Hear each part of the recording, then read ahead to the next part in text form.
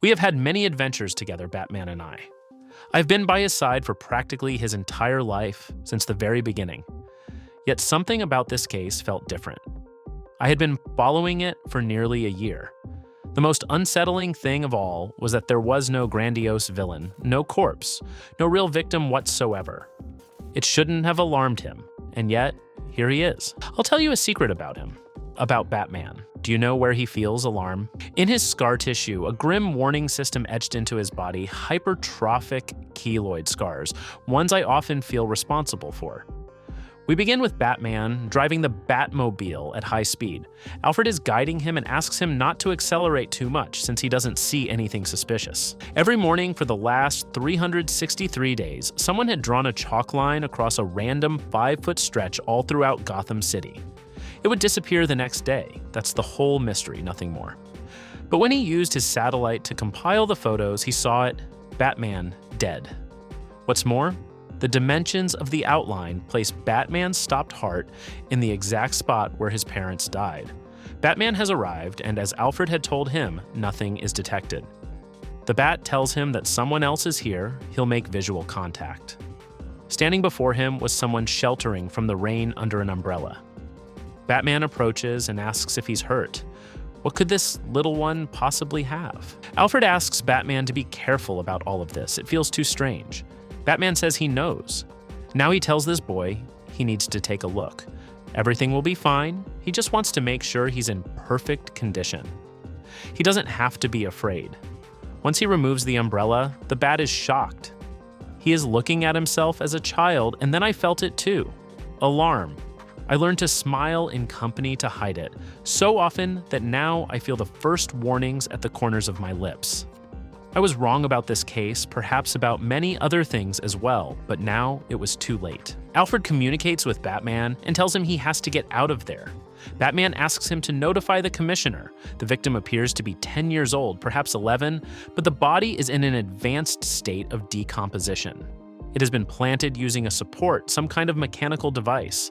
Suddenly something begins to happen to his arm. Batman has to move, but he can do nothing, and all we see is a massive blast. Sometime later, Bruce Wayne simply wakes up, but he doesn't know where he is. He calls out for help, for Alfred, or for whoever might be in this place. Surprise. Who we find is the Joker, without makeup, who tells Bruce Wayne that he is here. And it is finally over.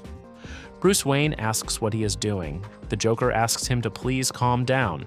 His motor functions, his speech will return shortly. This is simply a minor side effect. He needs to relax. Bruce Wayne tries to speak, but it seems he can't manage it. The Joker tells him not to force it. In fact, this is the first time in many years that no one has been fooling Bruce. They have tried everything to reach him, every kind of therapeutic measure. Until that moment, none had worked. But now at last, a new medicine, created by the pharmaceutical branch of Wayne Industries, a drug called Heliox, has worked. So after all this time, he is here with them. In truth, and frankly, everyone in this facility is happy to meet him. Bruce Wayne says he knows who he is. The Joker knows him too. He is his doctor, Dr. Redman, and he has been for nearly 20 years. All the time he has been here with them at Arkham Asylum. Bruce Wayne demands to be let out. The doctor will not do it. This is only the beginning. He understands what Bruce is going through and knows it's a great deal. They all know it. And behind that door, there are many people who have been waiting to meet Bruce Wayne, the real Bruce, for a long time. But first, he should meet the person who has been waiting the longest so that he can appreciate it properly. The doctor is going to help him up. That person who wanted to see him was Alfred, who asks if it's really him. The doctor gives his report. The scans show full functionality. He is still waking up, of course, but he is with them now. Alfred asks Bruce to speak to him, but he still cannot communicate well. What Bruce Wayne wants is to be taken home. Alfred promises he will take him home as soon as he possibly can. He wants him to know that he is forgiven. Nobody blames him, not his doctors, not the city, and certainly not Alfred, especially not him. Everyone knows he was not in his right mind during those years, when he did what he did. Bruce doesn't understand what is meant by that, being forgiven. Alfred is very sorry. He thought Bruce had understood. What happened is this. When he was a child, he killed his parents in that alley. Bruce cannot believe it and begins to scream. He does not understand this situation at all and asks who this person is, where Alfred is. Alfred asks him to stop. He simply has to stop, for God's sake. All these years have been enough. He has to look around at everyone he has hurt with everything he does. All the people here have only tried to help him, and he has hurt them. Bruce says it's not true, but Alfred tells him it is. All his doctors here, from his behavioral therapist to his physiotherapist, care about him.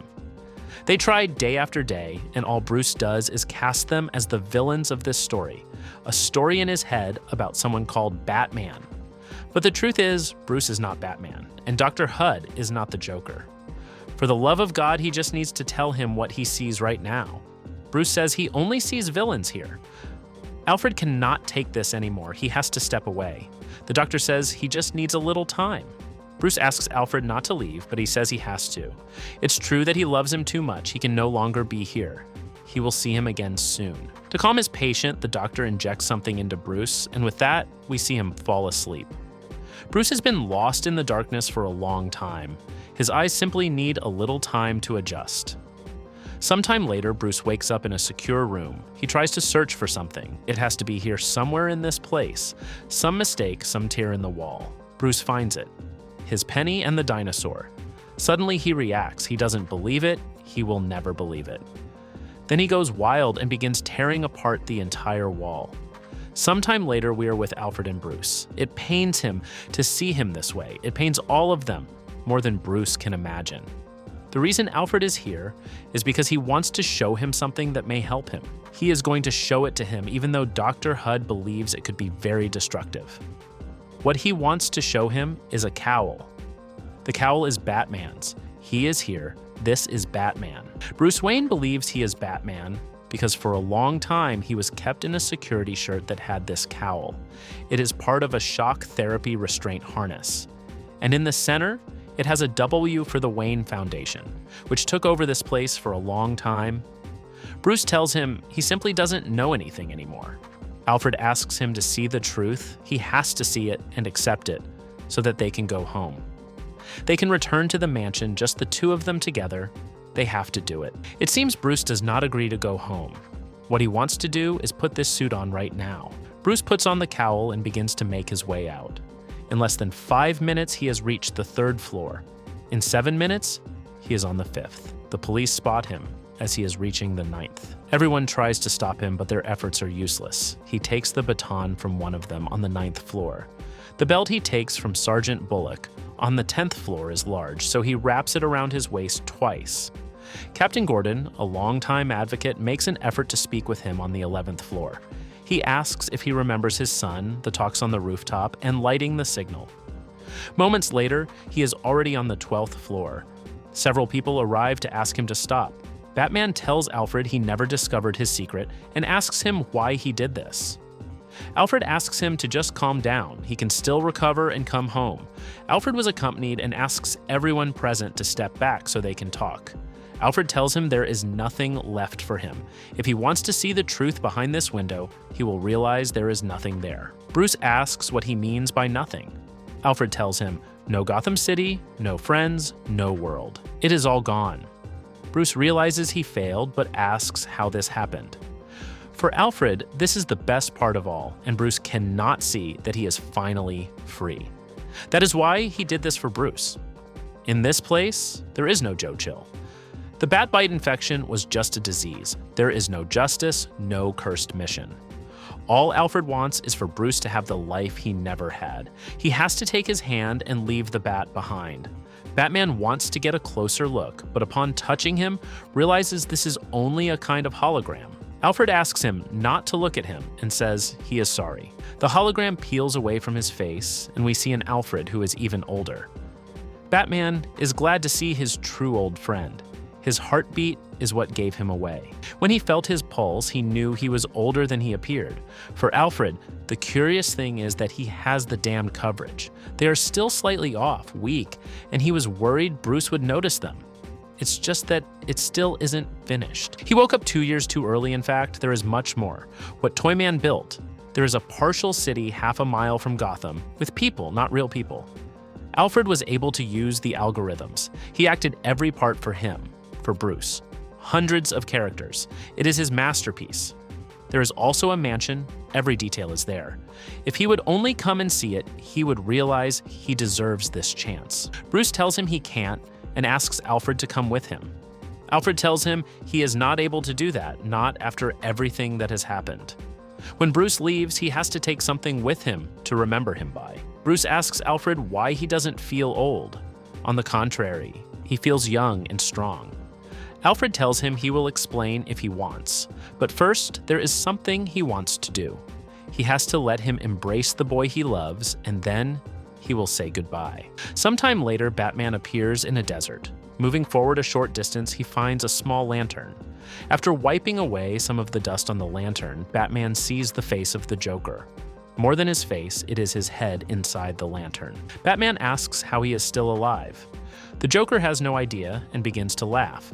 But he has another question. How is Batman still alive? Well, that doesn't matter. What matters is that he is here, and he came back for the Joker. A long time has passed, and if he could, he would give him a hug. Too bad he has no arms to do it with. The Joker would like to tell him what happened to his body, but the truth is he doesn't remember very well what happened. Sand in the oxygen tubes, vulture droppings in the blood, and his brain, well, who knows if it works right anymore. What he does know is one thing. Batman has to do it. He has to take him with him, and he will tell him everything. Many things have happened, Speed Force storms. He is a nightmare out here. He needs to find a hiding place. But please, he begs Batman to take him away from here. Batman picks him up and tells him to stop talking. For the Joker, this is incredible. It's like old times. We are moving along the road all the way at the same pace. I like to think he was thinking of me as he was thinking of the times of family. After walking, they have arrived at their destination. The Joker had mentioned it before, but Batman hadn't believed him. He had to see it for himself.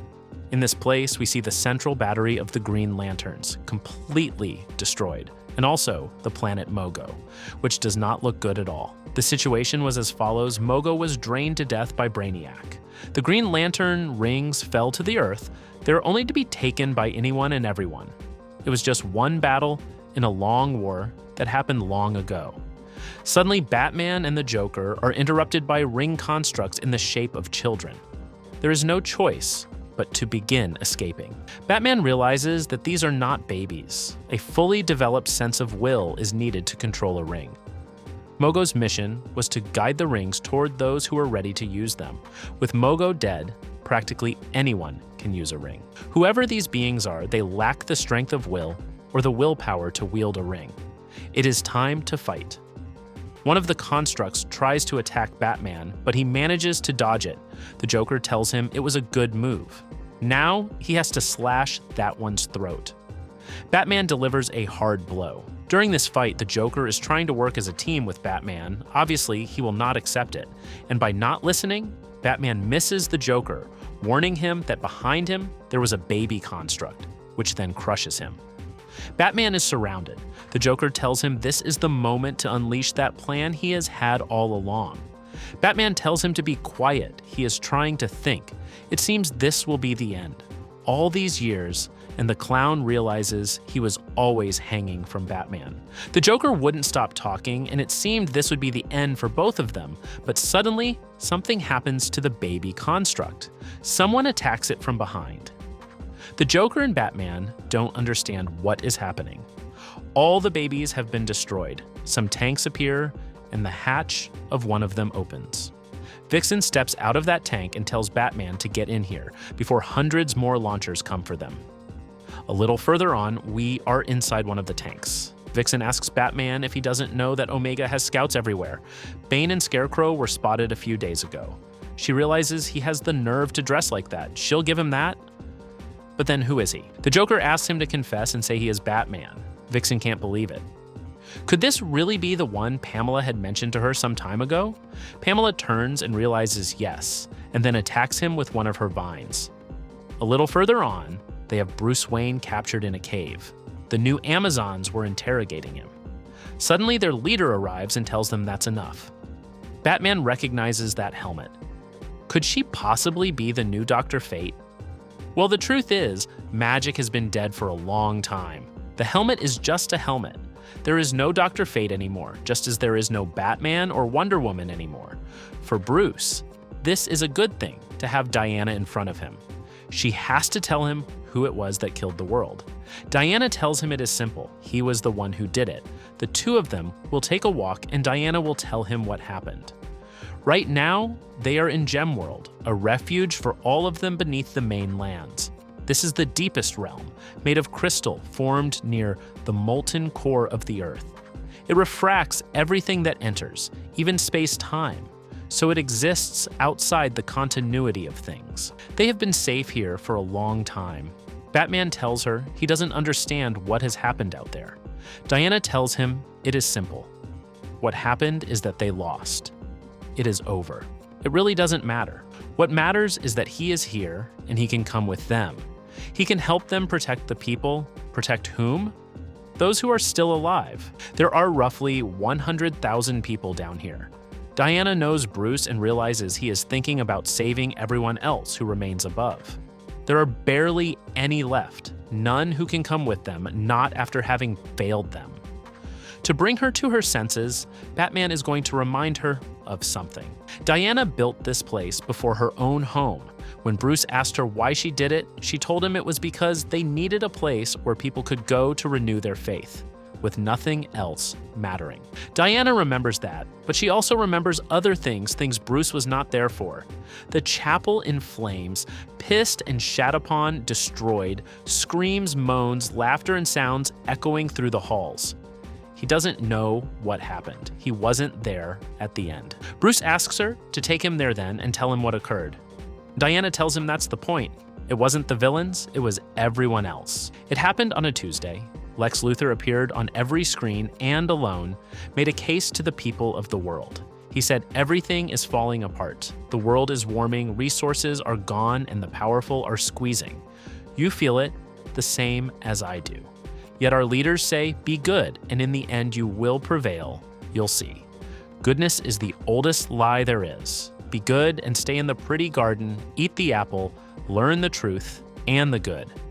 But I say, eat all the apples you want. Clark tried to stop him, but the people chose doom. One by one, we were caught by the people we were supposed to be saving. Finally, we had one last meeting in the Hall of Justice about what to do. Go to war, go all in. Batman thought the right thing to do was to let the people in. Everyone, perhaps even give them power. It was the only way to win. So he opened the doors.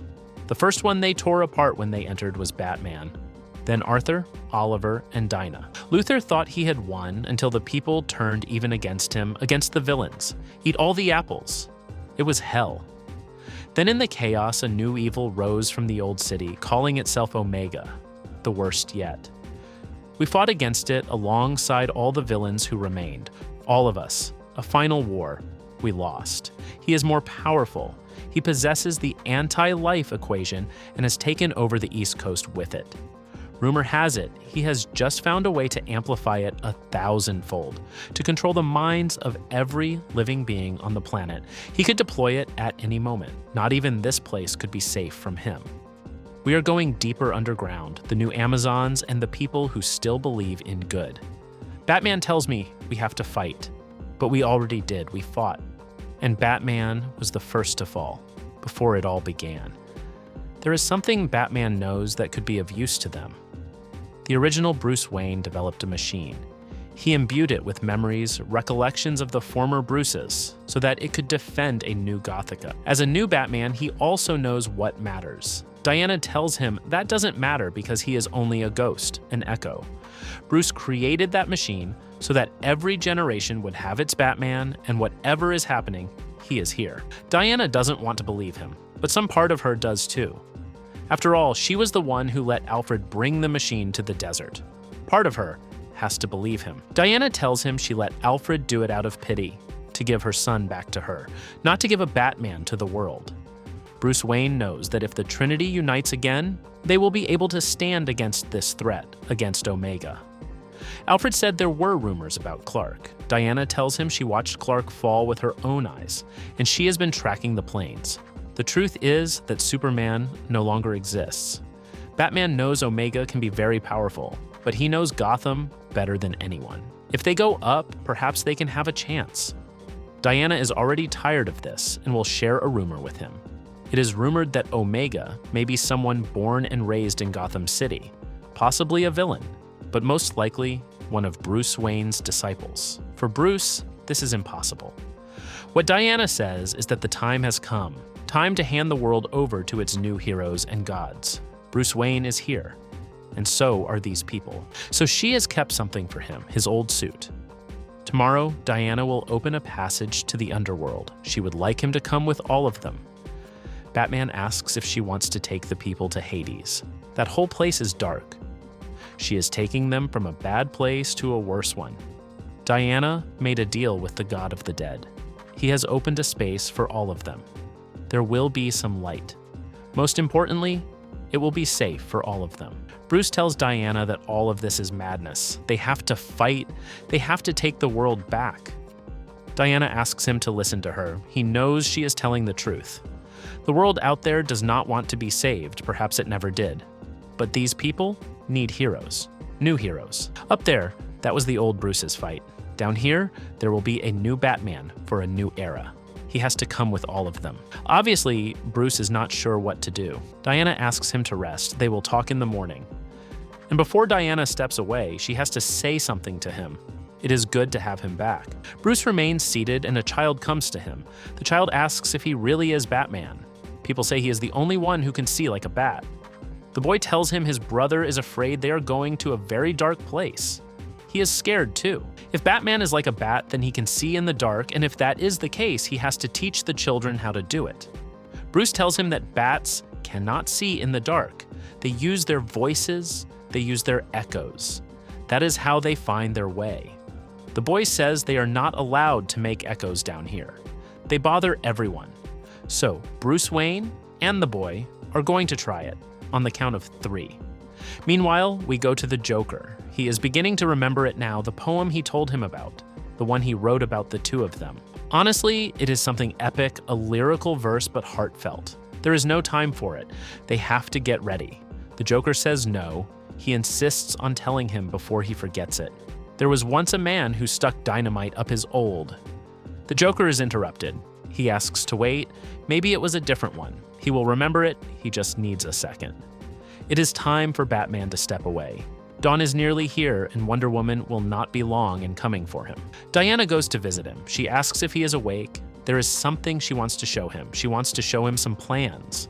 Diana's surprise is great when she realizes that Bruce is no longer here. We have had many adventures together, he and I. I have been by his side for practically his entire life, through the bad times and the good. This case, as I said, felt different from the very beginning. We both felt it, that this one was stranger, darker, but there was no turning back anymore. It was too late.